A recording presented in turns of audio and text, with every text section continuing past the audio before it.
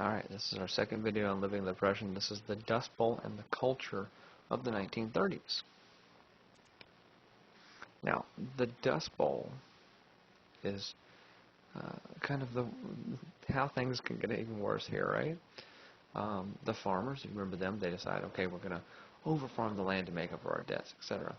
What they actually did is they ended up taxing the land, so there's no nutrients, and the land dried up and created this dust.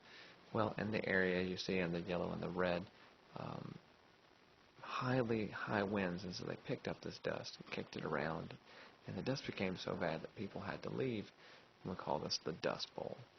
Right, this is beginning in 1932 and actually continuing on for a couple of years, and you couldn't live there. It was virtually impossible.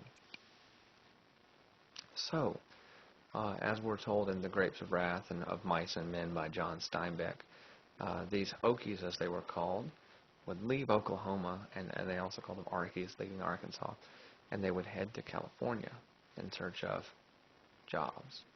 Now, when they got there, the grapes that they were to pick in California, those jobs were already filled by migrant Mexican workers, and there was a lot of rage and pent-up anger at these Okies for coming and taking jobs, and there was class conflict there, but they're basically doing what they thought was necessary. Now, they got there via a very famous road called Route 66. Get your kicks on Route 66. No Village of Talking Cars. Sorry, that's Disney. But Route 66 is how they went from Oklahoma to California. Now, as they went, a very famous artist by the name of Dorothy Lange took some very famous pictures. One of the biggest ones she took is this one right here, called Migrant Mother. And this is really telling. I mean, you can definitely see in her face despair and thought. How am I going to make for my children?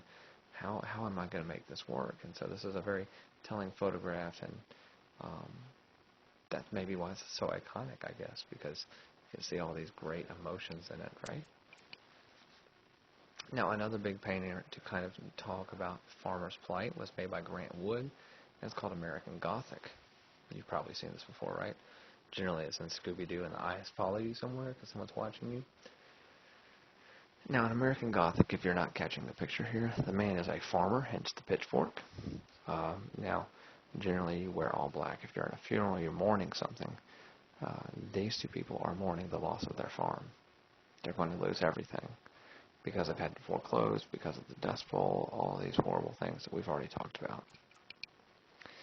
Now, kind of a cultural magazine, we had Time and Life magazine, and they gave us still photographs of big iconic people, and the whole reason was to get people's mind off the Depression and to get them to try to work and to get them to kind of work through it.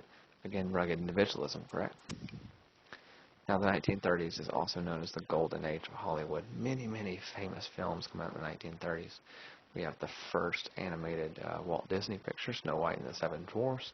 We have Gone with the Wind, celebrating the Old South. We have Mr. Smith Goes to Hollywood, talking about corruption and senators, as well as The Wizard of Oz, which was a popular story but kind of brought to life in the scene at this time.